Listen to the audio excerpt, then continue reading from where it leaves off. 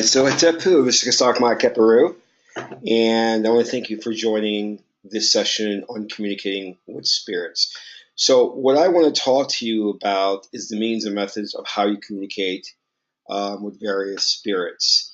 And we're going to dive a little bit into that, but I'm not going to get too much into the details on the technical aspects because there are different approaches, a lot of ways to do it.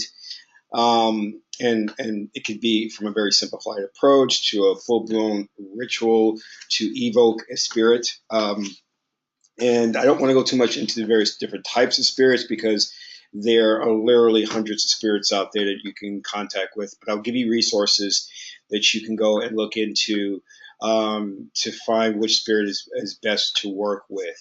So let me first start off by saying, why do we need to work with spirits? Now, from a very spiritual perspective, if you are studying any type of, religion, African religion, alternative religion, or New Age religion, this is kind of like the default technique toward getting assistance. Spirits exists all around us, and they exist on a different dimensional plane that we can't see them because we, as what we call human beings, exist on this fourth dimensional level to where we have a form-function relationship. And this is the Ma'at relationship, the goddess Ma'at, which talks about form and function, meaning that you exist on this plane for a purpose and a destiny. Now, in order for you to have this linear experience, you're not attuned automatically to see spirits that exist all around you. So what does that mean? To see a spirit and to interact with a spirit, you have to vibrate to that frequency because they exist on different dimensional levels, and each dimensional level has a specific frequency that it operates on. And these spirits exist in realms that are natural and native to them. So, and they are not natural and native to you because you exist on Earth with oxygen, gravity, and all of that. So where they exist is a totally different ecosystem than where you currently exist. Now, whether we choose to admit it or not, spirits exist and they operate for a specific purpose. Spirits are there to govern certain things in your life. Now, it gets tricky in terms of the nomenclature, how we want to define a spirit, because a spirit really is an energy. Some spirits, we used to call them in our African tradition, intelligences, because these energies are intelligent and they serve a purpose. But where it gets tricky in the fact is that some spirits are more intelligent than others because there is a hierarchy. Certain spirits basically perform a function that is a very simplified function, which does not require them to be super intelligent in what they do. Others are more complicated in terms of making sure planets orbit correctly and the solar system is aligned properly and things of that nature, or are governing people's lives. Other spirits as simple as having bees pollinate, whatever. So keep that in mind when you are thinking about working with a spirit. Now, I want to get into this. I just got back from the Las Vegas boot camp, and I want to talk a little bit about luck. Kind of as it relates to spirits, there are certain spirits that people carry with them their entire life. And you'll notice that those people always have good luck, they have fortune, things seem to fall in place with them. And to use the term luck is incorrect. What's really going on there is that these individuals are born with a certain spirit that is attached to them, or a governing spirit that works with them, that brings them these things according to their destiny. You know what I mean? If you notice, there are certain periods in your life where you'll seem to have good luck or things will be going your way, and there's certain periods of life when things won't be going your way. That's because a certain spirit may have attached itself to you for a short duration, and it's gone, and then, and consequently, on the flip side, there are other spirits that attach themselves to you, and then you will have tremendous bad luck. And now let's define that, though, because I don't want to use the Western sense of good luck, bad luck, because we have to understand from a Ma'at point of view, the goddess of truth, justice, and righteousness, and it goes farther beyond that, is that Good luck and bad luck are essentially terms that have been created by the left brain for this linear space-time existence. There is really no such thing as good luck, bad luck, because you have to understand that when you experience bad luck, it really isn't something that you have to look upon as negative, because certain things in your life set you up for the next phase in your life. And if you're experiencing a degree of bad luck, which more likely is caused by spirit, that's setting you up for another phase where it may bring you good luck. So essentially, looking back, was that bad luck that sets you up for the good luck actually bad luck? We know that prior to Western culture and left brain dominance on the planet, that there was a holistic thought pattern. So nothing was ever seen as negative, but only serving to further your development. All right. So we have to get out of the mindset of, oh, good luck, bad luck. And we have to get out of the mindset of bad spirit, good spirit. Every spirit serves a particular purpose and function. Even demons, let's get that understanding out of the way first. Even demons serve a purpose. God does not create things that don't have a form, function, relationship, or a purpose within the whole. So a demon is there doing what you may think is evil for a particular purpose, and many high magicians work with demons and send these demons on missions. So and you can do this research yourself. There are many organizations out there, which we call black magic organizations, that use demons to, hurt people who are evildoers, to stop them from doing evil. But I don't want to go into this because demons are very dangerous and tricky to work with, because you have to be a high-level magician, and you must have the command and authority to rule over the demon, or else the demon will try to rule over you. That's what the demons do. They try to rule. They try to command. And if you're not have a certain amount of years of experience and understanding how demons work, they will destroy your life, because that's their purpose. Understand, they have a purpose in what they do. They're supposed to be destructive, because if you understand the story of a Asar and a Set, Set is Huru's uncle, evil uncle, but even Set had a purpose in the whole scheme of things. And at the end of the battle between Huru and Set, Set was relegated to his position, and he was given a role that he could fulfill. So keep that in mind, that everything must serve a purpose. And even when you're dealing with low-level, high-level spirits, which you may think are evil or mischievous, they're only that way because they serve the whole. They serve the function of the whole. You have to determine what you need done and what spirit is best to accomplish that you need to work with. So going back to the whole idea of good luck, bad luck, you'll notice again, like I said, that people tend to have a lot of good luck, and that's because they frequency have tuned into a spirit which is bringing them, really fortuitous circumstances. And again, that could be for a certain period of time, a month, a day, a week, a year, or it could be for the duration of their entire life. The trick is, let me say this. A lot of those people who are working with those spirits, because we live in a society that is non-spiritual, let's get that straight, this society is non-spiritual, those individuals don't realize that they've attuned themselves to a certain frequency to work with that spirit, So I want to preface this by saying that it is not as complicated as it may seem, that some magicians will write books on these things, making it so convoluted and in-depth. It's not so much complicated like that, because I remember my first encounter with a spirit, or dealing with a spirit, I didn't perform any ritual. I didn't do anything at all, and the spirit manifested itself in my apartment. So don't think that you have to go through this elaborate ritual to win the favor of a spirit. You do not have to do that. All right. And I'll talk about some methods that you can use to assist you with communicating with a spirit. And that's exactly what we're going to be doing. We're going to be communicating with spirit. I am not going to get into evoking a spirit or invoking a spirit, because that is a little more in depth, because I want to give more of an overall view of what these spirits are, how to work with them, how to communicate with them, and their purpose. Now, to start out, you should get Franz Barton's book, which is a really good book. It's not easy to read, but it's a good book that'll give you an overall picture of how to do this. Is called The Practice of Magical Evocation. It's by Franz Barton, and he was an occultist. So if you can get this book, it's really good. It gives you real good details about the ecosystem of every spirit, what the dimensions they live in, how they function. You'll find sigils for the different spirits or the symbolisms that will allow you to contact them on the different planes of existence. Okay, now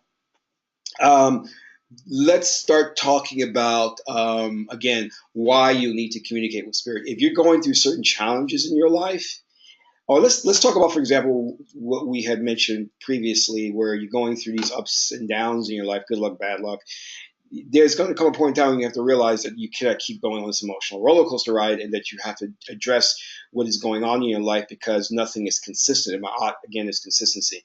So what's happening there? So you're usually attaching yourself to a good spirit, then attaching yourself to a bad spirit, or you have a single spirit that is inconsistent with what is bringing it into your life.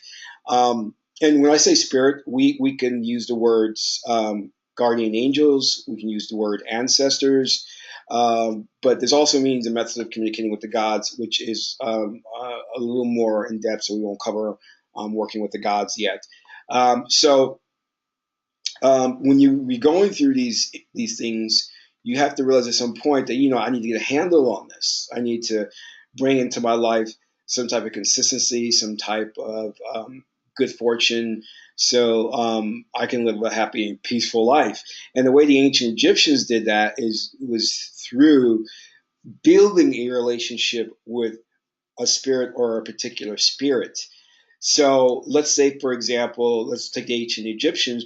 When they would have relationship issues, they would say, well, what spirit is governing my relationship, or what's going on here? Let me appeal to a spirit to mend my relationship, and then they would start to do the rituals, the magic, to contact the spirit, write down possibly what they want, present that to the spirit, and then hopefully the spirit will grant them favor. So that's how it was done in ancient times, going from ancient Egypt to Greece, and to finally to the earlier part of Rome.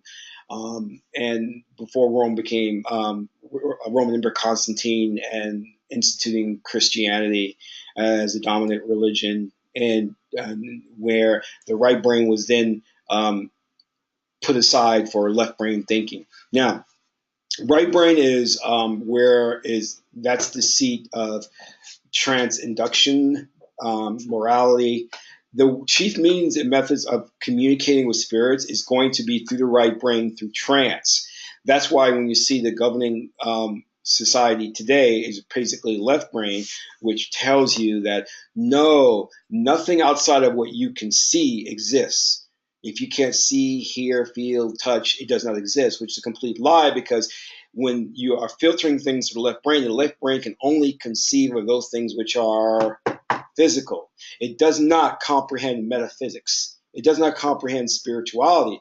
So you should not really be thinking primarily or polarized through the left brain, but and not polarized through the right brain either. You should have integrated thinking where you're using both the left and the right brain holistically. But we've been tricked in a society to only function through the left brain. So we probably in a society use 80% left brain, and and you'll see this in religions like Christian, Islam, Catholicism, Judaism, where everything is taught from a very left brain perspective. The minute you start talking about spirits, they go, oh, no, you can't do that. But since the left brain is full of contradictions, the minute you say guardian angel, they go, oh, yeah, that's scriptural. But an angel is no different between a spirit, because it's both metaphysical. And they play these word games on you. When African people talked about communicating with their ancestors, ooh, no, that's sacrilegious, that's Satan. But then when they talked about communicating with the different angels themselves, or an angel coming to visit Mary, it was a whole different story. It was acceptable then. So there we see that contradiction in the left brain, where the right brain is very integrative, and the right brain sees everything as complementary, and the right brain doesn't see contradiction. So if you say to a right brain, spirit or guardian angel, the right brain immediately understands that it's an association between the two through the Ma'at principle. Ma'at says integration. Ma'at says congregation. Everything congregates and comes together. This is why Ma'at is. This is why cosmology came from Ma'at. The unified field theory is a ma'at thing, you know. And some of the stupidest men in our society are the so-called, you know, scientists. You know, I have a lot of issues with these great men, you know, who profess that they've discovered stuff in the universe, who are only rediscovering ancient traditions that have been in existence for thousands and thousands of years. You know, the Dogon people and the star Sirius, they just, you know, we're now only with modern telescopes able to identify that star. But the Dogon people knew of its existence many, many years ago, hundreds of years ago, you know, without a telescope. So that tells you something about what we call so-called ancient or primitive, you know, and I have issues with Carl Sagan, who made several racist statements because he, as you know, astronomer, um, could not imagine a primitive people having knowledge without modern technology, you know. And he himself is trapped in left brain thinking, you know, and you cannot understand God, the universe, primarily focused on your left brain because God is all. And to understand what all is, you have to access the right brain. Right brain is trance induction. What is trance? Trance is an alternate state of consciousness that takes you into nonlinear space time. And that is where the spirit exists in nonlinear space time because we live in linear space time. So, what does that mean when the right brain gives us access to that dimension or that realm? That means that we're dealing with spirits who exist both present, past, and future, which is why many in the Illuminati have access to spirits that are from the future that can give you information on the future. And I've always said this in the occult circles that many people are not willing to look into because when they look at the ruling oligarchy, the Illuminati, and say that they're trying to institute a new world order through militarization, I said that you're dealing with occultists, and these occultists have access to spirits that are from the future. And you know, let's talk about this. We're living in the age of the Pisces age. The next age is the Aquarius age. There are spirits living in the future. We're in the edge of moving into Aquarius, the age of Aquarius, and there are spirits already existing in the age of Aquarius who, if you access them through alternate state of consciousness, through trance, they will give you future information. They'll tell you, well, this is what's taking place in the future, and you can use that to your benefit. So we, as an ancient ancestors, knew this. They dealt with this. This is why they worked with oracles. They worked with seers and channelers to channel information from these spirits from the future and gain wisdom and knowledge as to what was happening. In fact, what you won't read in many Western books on history is that when you see things like the pharaohs, the kings who would go to war, and you always see that the general was there, and the general is the most important person. That's total BS. That is total BS. The general is not the most important person. The most important person was the priest or the priestess, because the king or the pharaoh did not go to war until he consulted the priest or the priestess to see if war would be victorious or what battle strategy would be victorious. The general will come up with various scenarios, but ultimately the deciding factor in how we go to war was done by the priest. And not only did the priest go into that alternate state of consciousness and communicate with spirits and gain favor from spirits, but the priest would say, you know what? We're not going to win this, so we're not going to war. Do not go to war. Or if you want to win this, we have to move our troops to this region and separate them. So the idea from the left brain perspective that everything was determined from a military strategic point of view is stupid. Totally stupid. That's not how it worked. You know, and many people don't know that in the Pearl Harbor, the attack on Pearl Harbor was done through the use of an oracle that the Japanese used, the I-Ching, before attacking. You know, because they needed to see if the attack plan would work. You know, so they consulted the oracle before doing so. But your history books don't tell you this because they're filtered. They don't want you to understand this wisdom and knowledge. So going back to accessing the power of the spirits through the right brain trance induction, you need to start looking at books on meditation, trance induction, things of that nature, because I can't go through that. I can't explain that right now because it's very detailed in how you do trance. There are different types of like music that will assist you with that. A lot of music that you need to look at for is on a 432 megahertz. Those are the music and and beats that will bring you into the proper state of alternate state of conscious transcenduction to communicate with those spirits. There are also different types of drugs, and was it DMT, ayahuasca? They will definitely bring you in contact with spirits, very powerful spirits. Now, many people says, "Oh, you shouldn't be using drugs." Our ancient ancestors used things like DMT and ayahuasca, but they didn't. They weren't, addicted to them. They weren't using them just to get high. They were using them to communicate with spirits. And our ancient ancestors were very spiritual in the way they looked at things. Today in modern society, everything is about greed and overindulgence. So obviously, people who are going to get into these different mind altering drugs are going to abuse them. But these drugs were used by Native Americans, African shaman, to communicate directly with spirits. So if this is something that you personally want to embark on, I would suggest that you getting in contact with a very accredited shaman to guide you through the use of these type of drugs to help you communicate with different spirits, because many who have had involvement with these things have had life altering experiences and built really solid relationships with certain spirits. Now, there's a spirit out there for almost everything you want to do, a governing spirit, because they govern things in your life.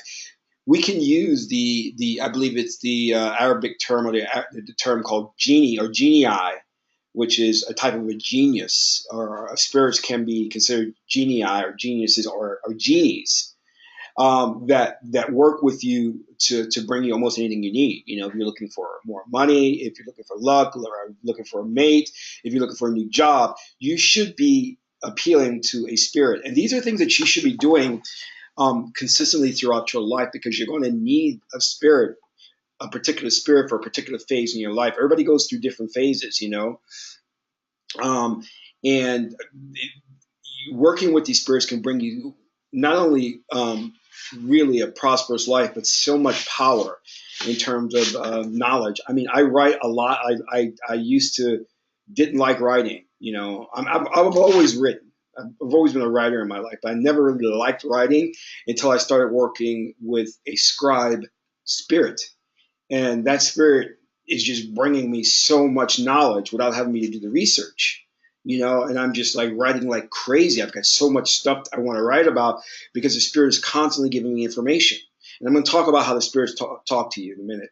But the spirit is constantly giving me some information. I'm writing it down, and people are reading my works and saying, "Well, I've never seen anything like this. I've never read anything like this." It's because I'm getting it to a spirit. I'm not getting it through reading books. And I do read books.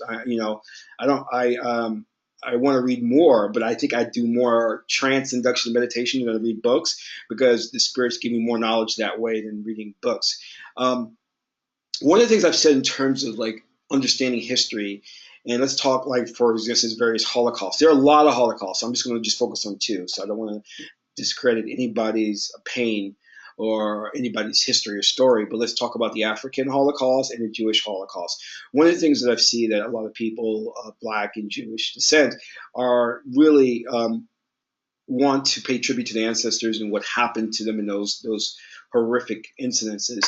And the things that I say is that you don't read these stories in a book. Young Jewish guy brought to me a book about one guy who was in a concentration camp in Germany. And it was really good and interesting story. And, I read it, and it was really deep. But one of the things I was trying to communicate, I said, if you really want to pay tribute to your ancestors and really want to understand what they went through, get into trance induction. And when you go into trance through the right brain, you can contact the spirit of that person and re-experience what they've gone through. Because when you're reading a book, it's only from a left brain perspective. I'm just reading, words in the paper, and which is just not very cold, factual information. But if I go into trance, which is nonlinear space-time, I can go back in time and be there with that individual and experience everything that they went through, their pain, their suffering, their love, their loss. You can experience that, and in addition to that, get so much details about the situation that they were involved in. You can actually get facts of what actually happened back then. When I talk about like the African slave trade, African Holocaust, you can go back into, 1700s or 1600s or whatever and experience all of the slave trade and everything yourself, and then come out of that trance state with a wealth of information that no one has but you. You know what I mean? There's a downside to that, because when you open that psychic center and you experience that, and you're working with that person's spirit who existed back then, you're going to be emotionally disrupted. So you've got to be a strong person to deal with that, because it's going to hit you very deeply, because you're going to feel the pain, feel all of that. You know what I mean? And one of the good things, if you build a connection with that person's spirit from back then, that's building a relationship, which is on to my next subject here, is that when you're working with spirits, you have to build a relationship with a spirit, or else they won't help you. A spirit doesn't know you from anybody, and it's going to become kind of distance, estranged from you. So you've got to build that relationship with the spirit. And I talked about the first step is to go through meditation, trance, 432 megahertz of music that will bring you to the ultimate state of consciousness, to where you can experience and work with a spirit. Now, the best way to contact a spirit is to understand your situation. Say let's say, for example, I want, I also work with different spirits for like healing energy, or a spirit who's a master healer, which you can find in Francis Barton's book, because he has a list of those in here of all different types of spirits. So you can literally go in here and find a spirit that, say, for example, is a healing spirit. And in the book itself, they have different sigils, and the sigils are correspond with the particular spirit, right? So when you have a sigil, you can copy that on a paper, and through your trance work, when you're meditating, look and focus on that sigil for that spirit, and then let yourself naturally fall into a state of trance or unconsciousness, if you want to say it. Now, when I've identified that type of spirit, you have to also identify other things as well, like what's the ecosystem of the spirit? Where does it exist, right? Does it exist in a plane that is mostly water, mostly earth, things like that? What I'd like to do is I pick in my mind a meeting place for the spirit that I know is conducive to the spirit. The spirit would like that meeting place, because you say a certain spirit likes, let's say, for example, a papyrus. That I imagine a place that is sprouting papyrus leaves or whatever plants all around, and that is more that's more agreeable for the spirit to come and communicate with to you, right? The also the thing is, spirits have a certain vibrational frequency that they operate on, so you need to put yourself into that vibrational frequency, to a certain degree. We don't want to go crazy with that, but you have to. Spirits usually attach themselves to you because there's something in you that they feed off of or associate with. So, for example, if you're working with a spirit that is the spirit of love and one that grants you favor with attracting a mate, then that spirit, you have to be in that type of joyful, accepting attitude. Because if you're not, the spirit was not going to be attracted to you in that way. One of the things that the ancient cultures did was that they basically gave the spirits offerings. Now, what that is just basically feeding the energy. You find out what the spirit likes in terms of food or, items, and you offer that to the spirit so the spirit can help you and gain you favor. It could be anything. Certain spirits like strawberries, other spirits like apples, some spirits, may like raw meat, things of that nature. You have to find that out. And the way you do that is you have to work through an oracle system, because an oracle system can pinpoint exactly what the spirit likes. Or if you get a good book, which gives you not only the spirit's name, but the associations of what the spirit likes, that can really be helpful. Because all you're doing is feeding the energy of the spirit. You're giving the spirit what it needs to work with you. And when you feed the energy of the spirit, it becomes happy and it starts to work with you. Now, when I mean feeding the energy, I'm saying you can give it those offerings, or you can put yourself into the frequency that's conducive to the spirit working with you. Okay. What happened when I originally attracted the spirit without doing anything. I was in a relationship, and the spirit came to me that was governing that relationship. So we were already in that vibrational frequency, so that attracted the spirit right then and there. And there are certain meridians around the earth or certain locations that are very good for attracting spirits. Like if you go to the beach, the ocean, whatever, that water energy attracts water spirits. If you go to a place that has a lot of plants and trees, that's really good for attracting spirits there as well. So learn the spirits you need to work with, make an offering that's conducive. Now, when you are trying to build that relationship with the spirit to gain favor from it, again, we talked about putting yourself in the right frame of mind, making an offering, using the oracle system to find out what the proper offering should be. An oracle system will also tell you if the spirit accepted your offering or not. And we also talked about coming up with a place or location to meet the spirit that's conducive to their ecology, because they exist in a certain realm. When you are setting that location to meet the spirit within your mind, visualize it as strongly as possible and keep your meditative music going, and wait for the spirit to appear there. All right. Now, the spirit on the first try may not appear at your meeting place. You know what I mean? And you can, one of the best things to do is find the name of the spirit. And sometimes you may not know the name of the spirit, Find the name of the spirit and call to it repeatedly while you're in that meeting place, right? Now, again, because it's building a relationship, the spirit may not appear the first time. It may not appear the third time you try this or the fourth time. But if you continually try it and you're following the steps I'm outlining, such as you set up the place, make sure the place is conducive to the spirit, you're in that trance meditation with the proper type of meditative music, and you can work with mantras, but they're not really required. If you continually do that, you should be able to attract the spirit. Now, a lot of people who've tried this have done it for weeks and weeks and weeks and never attracted the spirit. And I'm going to tell you why. Here's the key secret to this, right? All right. The reason why most people aren't successful in attracting that spirit is because it's a left brain issue that really sabotages it. Okay, so what happens is this, right? When you go into your trance meditation, you are on the cusp, on the verge of going from waking state to sleeping state, meaning that you're awake and then you fall asleep. But in between that state is the pristine point.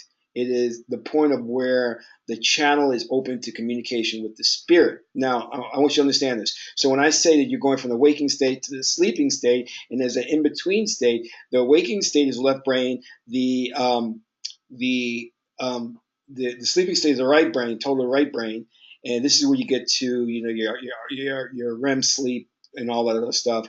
But here in between is that state of when you're just about to go to the sleeping state, but you're in the in-between, and the in-between state may not last very long. So here's what happens that people get sabotaged. They get to this state, the in-between state, and the spirit comes. And what happens is that you go, oh, there's somebody here. And the minute you do that, you shoot back over to the left brain and you become awake. And then the spirit's gone, and that state is gone. You understand what I'm saying? It's that in-between state that is the key state that you want to achieve for as long as possible to open that channel of communication with the spirit. But the sabotaging factor is the left brain awareness of the fact that you are now aware that you're in this state. And the idea of becoming aware of being in that state actually takes you out of the state.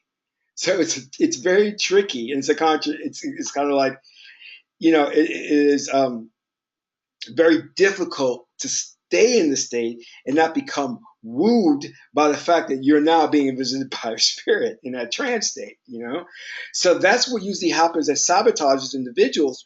And what really happens when you achieve the actual communication with the spirit and you're interacting with the spirit is that you'll go from the waking state to this in-between state to where you are communicating with the spirit and getting wisdom, knowledge, and all that, but not realizing it's happened until you come back to the waking state, because you'll lose your sense of self, time, space, and you'll be interacting with the spirit, and then suddenly you'll be thrown out of it, and you'll go, oh, where am I? And you'll be like, wait a minute, this happened. I was this place talking to this spirit or this thing, and that's when you know you've made the contact. You know what I mean? Where people go wrong and get confused is the fact that they'll still be in the left brain waking state, and that they'll be communicating with something they think is a spirit, but it really is their mind, or their self they're communicating with, but it's not really a spirit, because the spirit really exists in that in between state. And that in between state, when I say it takes a while to build a relationship with spirit, the in between state, when you first start off, if you're not used to trance or you're not used to meditation, it's only going to be about this much. But when you start practicing more and more, it starts to gradually become bigger and bigger and bigger and bigger, to where you'll be having these long interactions in between that state and with that spirit. Now that takes time.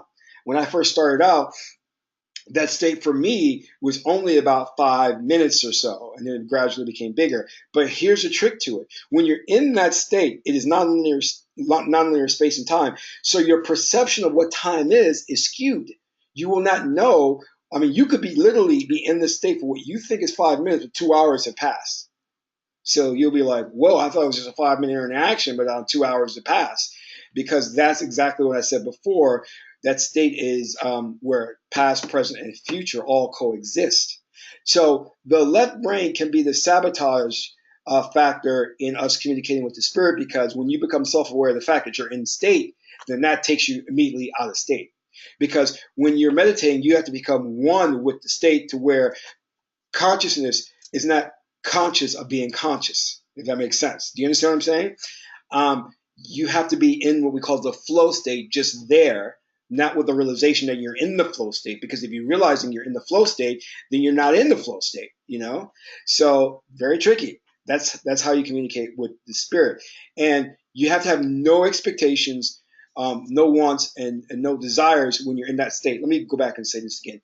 Prior to getting in that state, you have to have the idea of what you want. And you don't have to think about consciously. Just write it down, put it aside, and say, this is what I want from the spirit. This is what I'm expecting the spirit to help me with. Then when you go into that in-between state, you shouldn't be thinking about what you want, because the spirit will already know when it comes to you in that state, in your meeting place, of why it's there and what you want. You don't have to think about it, because the mere fact that you're thinking about what you want in your ask takes you out of the state again. All right? The spirit will know. The spirit watches you, and it knows that you're trying to communicate with it. If you're doing this for a long period of time and you're not attracting the spirit, then there's a problem, being that the spirit that it may not be the right spirit for you. You're not the right energy. So you have to go back and go to your oracle and ask, why am I not attracting the spirit? Why is the spirit not helping me? Or many times the spirit is helping you. You don't even realize it, because here's the trick that I get into, or the problem that I get into a lot of times. I will work with a spirit, ask the spirit for something, and the spirit will go off and do the job, right? But it won't happen for months later. And I'm like, well, I communicated with that spirit 4 months ago, and now I'm getting it? Wow, that took like forever. And here's why that happens, right? And that's like a very common thing. Typically, you'll get what you're asking for from the spirit when you forget about it. And you know why? Back to what I was saying before. Because when you're in a waking state, and you're waking and you're expecting and you're wanting that thing to happen, that breaks the communication with the right brain trance state. And to make sure that what you want, the spirit is working on it, you have to not be conscious of the fact that you are conscious of it and wanting it and expecting it. You've got to let it go, because by letting it go, it goes into that in-between state again, where you're not thinking about it, where you're not asking for it. And in that in-between state, that alternate state of consciousness, therefore the spirit has an opportunity to work with it. If you're constantly on the left brain thinking, well, I did this ritual, the spirit's still not granting me what I want, it's not working. As long as you're still in this state, this left brain state, the spirit is not able to work with you through the intermediate state. Okay? So many people will testify that do spiritual work, that every time they do a ritual, they work with spirits, every time that they forget about it, or they put the idea of what they wanted away, is when it mushroomed and came to fruition.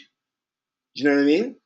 But it was always when they were consciously aware and expecting it and wanting it that it never came. That's because your psyche is attuned to that left brain, which cannot bring you what you want, and it cannot communicate with the spirit. But when your psyche is attuned to that in between intermediate state frequency, then it can do the work for you and it can make the things happen. But that intermediate state is all about being oneness and not being conscious of the fact that you are conscious of that state. You know, I'm trying to put it in the best words possible. It's like, how do you quantify something that is metaphysical? You know, like how do you describe that? You know, and this takes us back to when Nectar or Source or God created the universe. Let me not say that. That's wrong, because the universe is not all that there is. When God created all that there is, because there are many universes and many different levels and states of dimensions. So when God created all that there is, God existed as one. There was no other things. You can't have other things. So God was, let's just say for this sake, God was consciousness, but God was not necessarily conscious of being conscious, because the very act of conscious being aware of consciousness divides the one into the two. So that means God is conscious and aware of aware of the fact that it's conscious, which breaks it off, and that means that God, as a conscious, all encompassing entity, is looking back upon itself and saying, hey, I am something. I am a being that is all powerful. And the mere fact that that one now separates into the two, looking back upon itself and aware of that it exists and it is something, makes the division between the one and the two. And then we go to that third division, which the Bible gets the Holy Trinity from. Okay? So you working with the Spirit have to be in that in-between state, but not conscious of the fact that you're in that state. There has to be only one thing that exists, which is the oneness of who you are. And then from that point on, then you're open to communicating and transcending space and time. Okay, so let's move on from that point, because it's very challenging to try to like relate the beginning of the all that there is and the universe and this level of space time into one. I want to stay on the idea of communicating with spirits. Now, spirits will communicate with you in various ways. Now, sometimes many times they communicate through omens, you know, especially if they're working on bringing you your wish, you know, they will send you signs that, hey, you know what? I'm with you. I'm working with you. Things are happening, and those signs could be what you believe are good or bad. So, for example, you could be walking in the street, and an old woman stops you and says something that reminds you of the fact that, hey, isn't that what I was talking to the spirit about? That's so weird. It's a weird coincidence. And if you just like cast that aside and not think about it, then you miss the real opportunity to understand that the spirit was trying to communicate with you. I've had that happen a lot where I've asked for something. Let's say, for example, I was asking to pass a test, right? And I'm walking down the street, and just out of randomly, someone says to me, hey, do you know where the motor vehicle place is? I'm going to take my test. And I'm like, whoa, okay, I was just working with the deity about me passing a test. Now this individual comes up to me as needing directions to the DMV because they're taking their test. And so that's how the spirit communicates with you, through what we call the synchronicity. So it is aligning forces to let you know that things are going to be working for you. That's how you know that you've established that communication with the spirit. And many times you may go into your trance state and not realize that you've gained the favor of the spirit. The other thing that you want to keep in mind too is that the spirits will communicate to you what you think is self-talk, and that happens a lot. Meaning that you could be walking down the street and you hear yourself say, "No, go left, don't go right," and you go left, and all of a sudden you'll find $20 on the floor, you know, on the street. You know, that's the spirit talking to you and communicating with you. The trick is with that is you have to make sure it is the spirit and not just your left brain babble going on. You know what I mean? And many times it will happen when you're not conscious of it. But when you're in a very waking state and your self-talk is going crazy, you got to be careful because it could just be you talking to yourself. But when you become proficient at this, you'll know if it's the spirit communicating with you. Which again, we're talking about an ancestor, a guardian angel. When the spirit is communicating with you, you'll know because the voice will be very distinct and different. You'll still have your self-talk, but you'll be able to differentiate what is the self-talk and what is the spirit. And the spirit is not going to sit there and have a long conversation like, hey, John, how are you? How's your day going? By the way, you need to make sure that you're at this place by 9. No, the spirit's not going to have a long conversation. The spirit's going to just say things to you and say, could be short sentences, or the spirit will pop into your head ideas. And you have to go with that. You have to know that that's the spirit working with you, and you have to act upon those. If you don't act upon those, you will lose the favor of the spirit. So just be warned in those instances. And I'm going to tell you, the spirit, like I said before, works through synchronicity. So the spirit may not even communicate with you in your mind verbally. The spirit will actually have you. The spirit will implant ideas and feelings within you so that you can be at a certain place at a certain time that you need to be. Because the spirits can arrange things in your favor. Many times I've had the spirit tell me, you need to be at this place tomorrow. And I'm like, why? What for? And I've just acted upon it and great things have happened.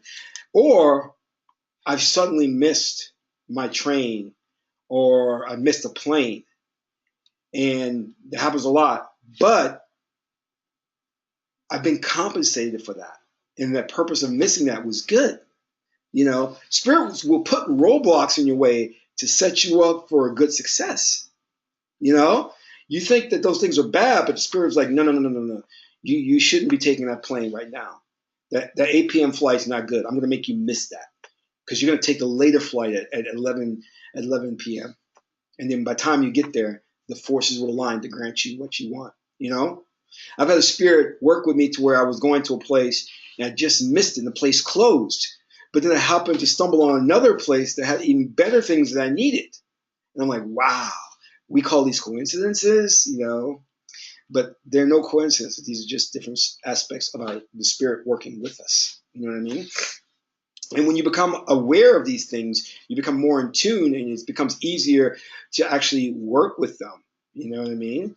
So let's get into the idea of, again, agreements or working with these spirits. Now, when we talked about giving offerings with spirits, the main thing that you want to do, as I said before, is that you want to find the name of the spirit. Sometimes you can work with a spirit that you don't know the spirit's name, and you have to ask the spirit what his name is, because that's very important, because having the name of the spirits gives you command over the spirit. All right. And so why is that important, having command over the spirit? Because if you're not in control of the spirit will control you, and you don't want that. And you find that typically with a lot of people who have mental issues, who are emotionally swayed or just full of emotions. That's because they have a spirit that's really messing their lives up. I see that a lot, and it's very susceptible to women because women are very right brain. So there's the term in society that women can be very emotional, but that's really, women are very good at trance induction, and because they're good at trance induction, they're good at working with spirits, and many spirits will work with them and make them very, what seems to be emotional or inconsistent in thoughts and things like that.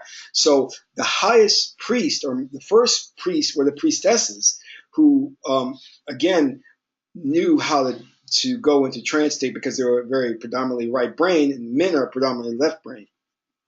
So women had the benefit of being able to go into trance very quickly, but the downside to that is they could be working with spirits that are not beneficial to them and their energies. So one thing I want to caution you is that making a pact with a spirit, you're asking a spirit for a favor, and if the spirit asks you for something in return, and that can happen. The spirit will ask you for something in return. The spirit says, well, if I'm going to do this, you have to do this for me. And many times I've made a pact with a spirit. It's usually been because the spirit says, well, yeah, I'll do this for you, but you have to give up sugar. Stop eating so much sugar. It's not good for you. And that's good pacts, But sometimes there are other pacts and spirits that will visit you that are not good spirits, and you need to be very wary of them. I met a woman last night who had a very negative spirit attached to her, and I couldn't stop thinking about this spirit that was attached to me. She was gone, man. Unfortunately, caught up in a very negative vanity spirit, you know. So if the spirit is asking you to make an agreement with it, you have to weigh the agreement really well. And if you make the agreement, you have to live up to the bargain, because there are repercussions to not living up to that bargain. And that is that you will have a lot of bad luck, a lot of bad luck. Okay, let me say it again, a lot of bad luck. So be very weary of any type of pact you make with a spirit. In fact, as you start out, I would just avoid any type of pact at all. You just ask the spirit, will you do me this favor? And usually the spirit will work with you if you're giving an offering. But a pact is a very tricky thing unless you're a good magician, a good priest, and you know how to command that spirit, meaning that you know the spirit's name, you have authority over that spirit, and the spirit says, well, I need you to do this for me. And you're like, okay, you know, I'm a trained magician. Yes, I'll make this pact with you. And the one thing you have to keep in mind is once that pact, that agreement is done, that spirit needs to go away. You don't want to keep that spirit around, because what a spirit like that will typically do is it's like an upsell. The spirit will ask for a little bit. It's, oh, you know what? I'll do this thing for you, but I need you to go and get me an orange. All right? And you're like, oh, okay, no problem. I'll get you an orange. The spirit says, oh, great. And you're like, and the spirit says, you know, I'll do this other thing for you if you go and you get me a plate of like brown rice. And you'd be like, oh, no problem. Here you go, plate of brown rice. Spirit would be like, okay, I'll do this other thing for you if you sacrifice somebody for me. And you're like, whoa, where do we go from orange rice to sacrifice? You know, so that's what they'll do. They'll get you into like, yeah, little small things they'll ask for. And lo and behold, before you realize it, there's like this really sinister plot that they've been hatching to get you to do something for them. Because sometimes spirits want to manifest in this realm, you know, and they want to use you to do that. You know, and so you have to be very cognizant and careful of what's going on, because they'll flip the script on you really quick. And that's when you know you're not working with a good entity, and you need to get rid of it really quick. When the spirit starts asking for like human sacrifices, or are you doing something really bad or immoral, you gotta be like, oh, that's it. Our communication is over with. Forget it. Sorry. But again, they usually, you can tell they'll do that upsell on you, and they'll pull a fast one. And you'll be like, no. You know, I was like, that's not gonna happen. Sorry. So key thing is to have dominion on the spirit. One of the things that is really good with working with a spirit is possession, you know. And this is contrary to Hollywood and the way that the Christian media makes it seem. Possession is not a bad thing at all. And possession is it's just being full of a certain spirit. And again, we see a left brain dichotomy and the BS that goes along with that. Christians will like, I'm possessed with the Holy Spirit. But then when you talk about I'm possessed with an ancient spirit, like, oh, that's satanic, that's evil. But wait a minute, you just said you're possessed with a Holy Spirit. Why is what I'm doing any different? Because again, they operate with our left brain, which only sees separation. It can't see how things really interrelate. So back to my op principle. So possession is really good because you can the term we actually use for that is called evoking a spirit, allowing the spirit to come within you, possess you, so you can do well. If you're a dancer, an actor, a writer, the best way to be an expert in your craft is through working with a spirit or a genii or a genius that will come and possess you and then work through you to produce great works of art. And any people, as you look in history, scientists like Einstein, you know, even the great generals and great literature people like Shakespeare, they all worked with a genii or a spirit that possessed them. If you read their stories, you'll see there was always a time when they got so focused on their craft that they just went back to their home and just stood there for days and days and came out with Shakespeare. You know, Shakespeare came out with Romeo and Juliet, or came out with, you know, Othello. You know, I was like, oh yeah, I was so possessed that I wrote this 16-volume set, you know, or whatever. And those people are working with a spirit for that time being. And then you have the people, artists, that go like, oh, I'm mentally, creatively blocked. I got writer's block, and that's when the spirit leaves them for a period of time. They have to get the spirit back. So think about that. Sometimes when you have a great actor who does a performance and you're like, wow, that's Oscar worthy, that's because they were really working with a good spirit. And the other times their performance is terrible. You're like, why did you do this really Oscar worthy performance here, but everything else you didn't do too good at? It's because the spirit was with them at that time. You know what I mean? So evoking the spirit is the same technique I've used. I talked about previously. The only difference is you're asking the spirit to come within you and to help guide you in a situation. Marathon runners, Olympic athletes all work with genii, spirits, to help them get to where they need. And it all goes back to that flow state. There's actually a book called Flow, where you can get, and it talks about getting into that state, which is just accessing the altered state of consciousness and working with that particular genii.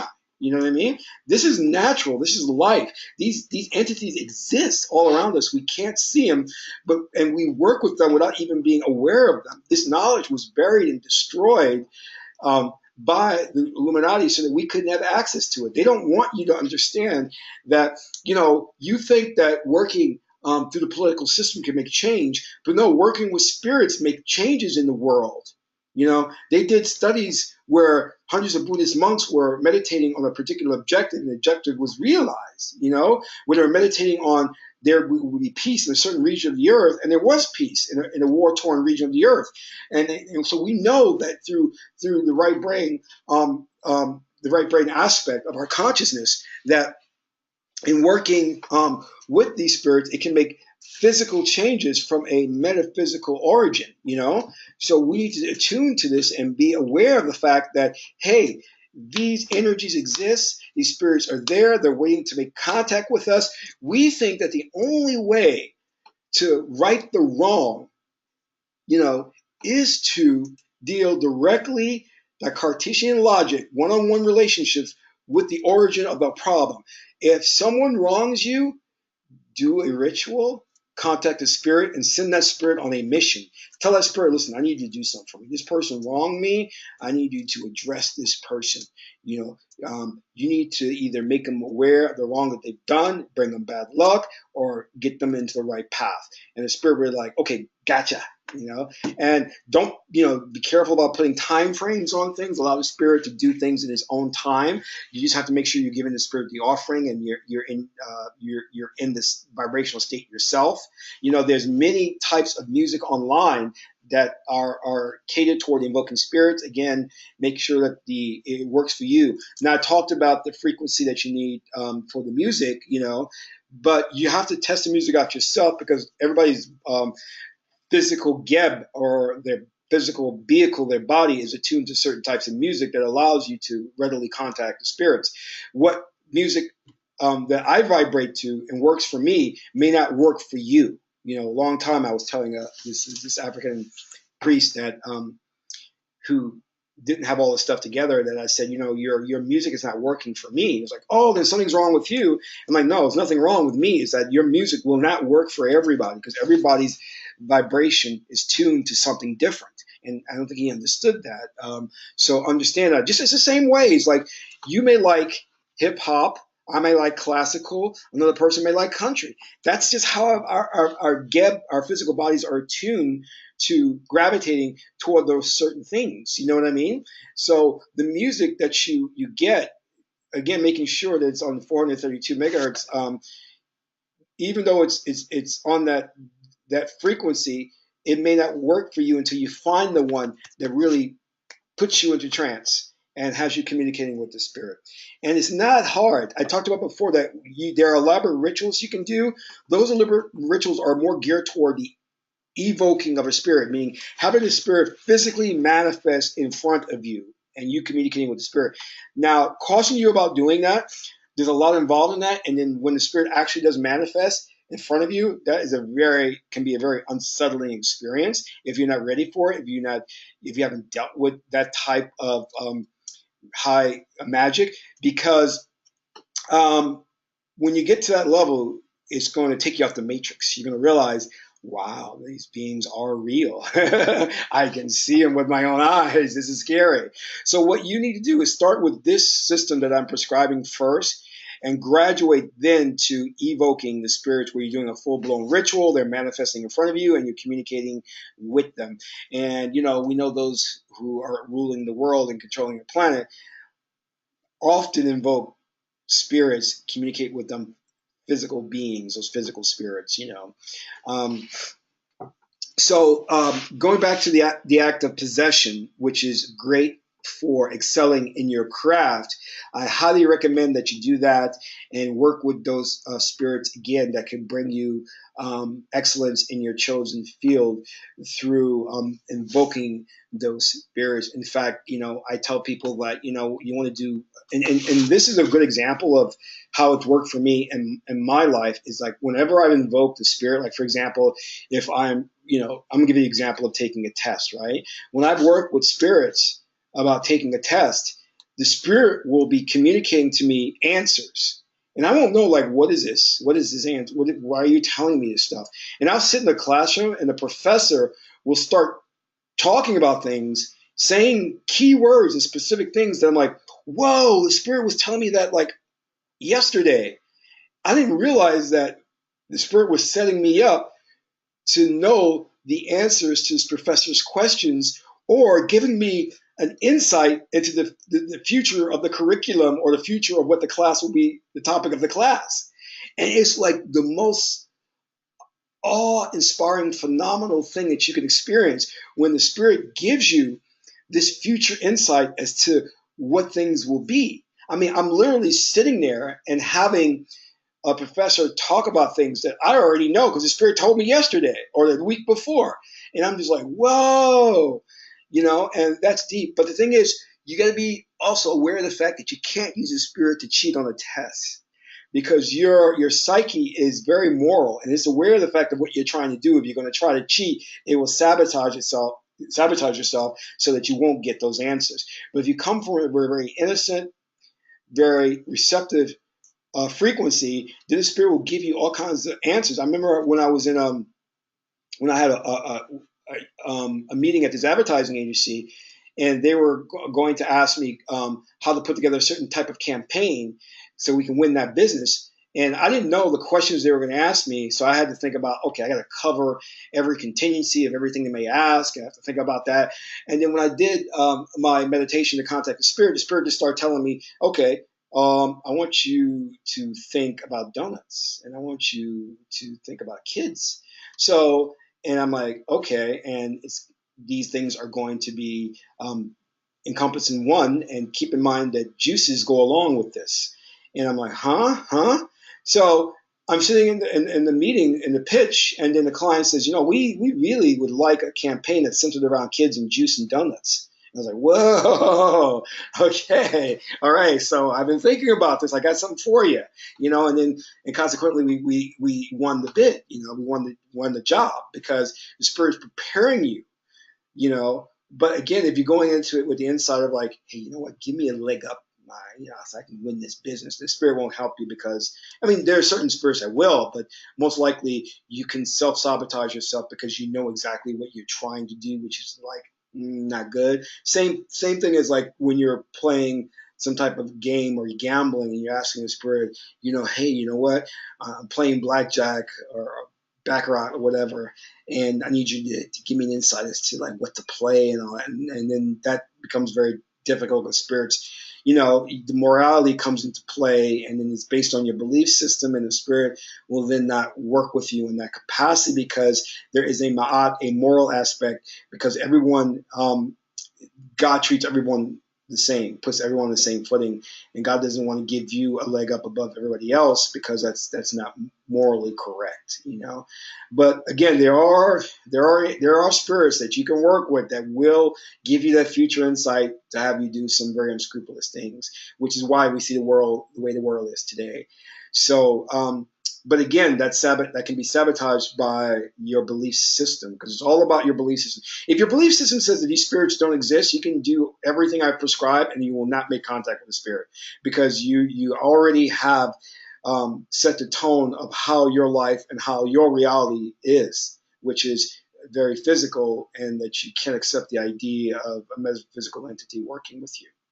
Does that make sense? So, keep that in mind. But again, I just want to go back to saying that this is not that complicated in terms of working with the spirit, and understand as well as you have a higher consciousness. So what you may perceive as a spirit not communicating directly with you, it may be communicating with your higher consciousness or working with you without you knowing it. And this again is where you find yourself at the right place at the right time, experiencing a certain run of good luck. That's because that spirit is definitely working on your behalf without your awareness of it. But it's better for you to be armed with this knowledge that you can use it to when you need it, because I'm going to tell you honestly, negative spirits or things that what we call negative spirits can attach themselves to you very quickly without you realizing it. That's because energy is everywhere. Spirits are everywhere. You can be walking down the street and bump into a hobo, and that negative spirit has attached itself to you, and you don't know why you're in this weird energy or state of mind. So think about that. That could happen, man. That could really screw your situation up. This is why you got to get down to understanding the techniques and the mechanics of spirit invoking and how you can work with these spirits to make your life a lot better. So again, don't ever think like if you're doing something and you don't see any results, it's because of what we talked about, that intermediate state, because you could be working with the wrong spirit. You could be not doing the techniques right. So think about the details of it, but don't get discouraged, because through my research, I have been across even like master magicians who have had trouble invoking spirits, or evoking spirits. And so it can be a very simplified experience, but other people are just attuned to doing it easier naturally than some people, but we all have the ability to do it. It's just staying with it, being persistent, and understanding that if you are doing it correctly and you're in the expecting it to work properly, it will work for you eventually. Just keep it going. And a lot of times, like I said, was when I worked with it, it was only when I forgot about it and discarded it out of my mind that it started to work, a month later, And of course, like I said, the spirits have no sense of time. So what you think is a long time to them was like, well, I just did it right away. I was on it from the minute you told me. Like, yeah, a year later, But that may take some time for the spirit to align the forces to work in your favor, depending upon the degree of difficulty of the ask. Sometimes something you may be asking for is like really a large favor. Like if you're asking to make you a pop star, on the level of Britney Spears or Prince or something. Well, hey, get ready. That's going to take some time and some offerings, That's going to take some time, So, but if you really work with it, the spirit can do these things for you. They do it all. I mean, many people don't realize that in Hollywood, like the top screenwriters and in the music industry, the top musicians are occultists. They're magicians. They're working with spirits. I mean, if you look at movies like The Avengers and, like Interstellar, all these things, the knowledge that they're putting on the screen is occult wisdom. And if you break down the symbolism, they're working with spirits to deliver some profound knowledge, but you consciously are looking at it and not interpreting the symbols and signs. And so you don't know. You're thinking, oh, that's really cool special effect. And so you don't realize that Avengers is telling you about an interdimensional portal that opens and beings are coming through. They're trying to tell you something there, like, hey, you're not getting it. Or when you watch The Matrix, you think, oh, cool effect, he's dodging bullets, but you're not really getting the real occult message behind that, Like many people don't understand that the classic movie Wizard of Oz has some occult wisdom to it, And, movies like Superman is, like Superman, the whole mythology or idea of Superman is based on the Jesus Christ story, God giving his only son, So you have to interpret this because again, Hollywood is in a cult town where you have these people who are making deals with spirits to achieve fame and fortune, but there is a price to pay, for that because you've made a pact. So for good or for worse. So think about that. And with that said, if you have any questions or any challenges, please feel free to reach out to me at kasank@gmail.com. You can visit my website at projectilluminated.com. Get the Osiris Report at osirisreport.com. And these things will help further your education and indoctrinate you more into spirit invocation. I also do readings for you. So if you are working with a particular spirit and need to know what the spirit needs in order to fulfill the objective, please reach out to me and I'll do a reading and we'll find out what the spirit needs or if the spirit has agreed to help you in that sense. There are various oracles you can work with, like the I-Ching, which is a very good oracle, the Medunater, and the Tarot are all great oracles to work with to make sure the spirit you're working with is benevolent, not malevolent, and to make sure that you're giving the right offerings. Again, I said Francis Barton's book, The Practice of Magical Evocation, is a good book to work with in that sense to help you understand the different types of spirits and all that.